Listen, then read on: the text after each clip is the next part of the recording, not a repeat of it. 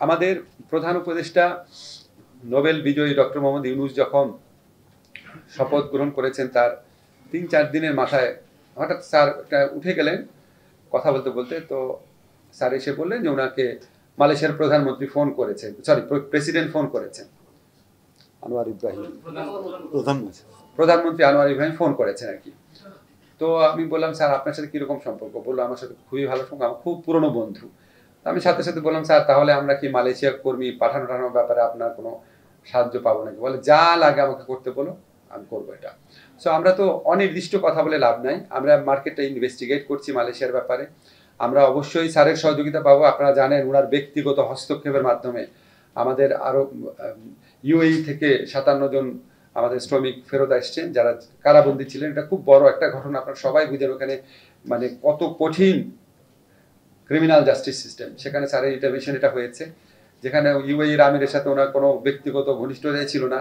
তো আমরা আশা করছি মালয়েশিয়ার অনেক জট খোলার ক্ষেত্রে আমরা ডক্টর ইউনূসের ইনফ্লুয়েন্স ইউজ করতে পারবো।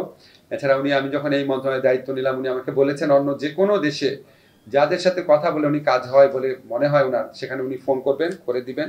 তো আমরা আশা করি ওনাকে সরাসরি এখন আমি প্রস্তাব দেইনি, বিকজ আমাদের ফিল্ড লেভেল স্টাডিটা মোটামুটি করেছি। আমরা ওনার মাধ্যমে আগামী মাস 2-এর মধ্যে শ্রম বাজার সম্প্রসারণে বড় নিউজ আপনাদেরকে দিতে পারবো।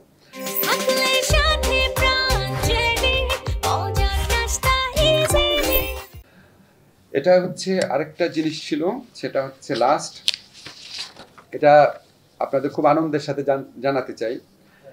আমাদের যারা প্রবাসী শ্রমিক যারা এই ছাত্র জনতার বৈষম্য বিরোধী আন্দোলনের সাথে সংহতি জানিয়ে নিজেদের জীবন এবং জীবিকাকে রিস্কের মুখে ফেলে ওনারা কতজন একটা হয়েছে 87 জন, ওনারা জীবন এবং জীবিকার ঝুঁকি নিয়ে ওখানে কারাবরণ করেছেন। আমরা ওনাদের এই স্যাক্রিফাইসটা সবাই মনে রেখেছি।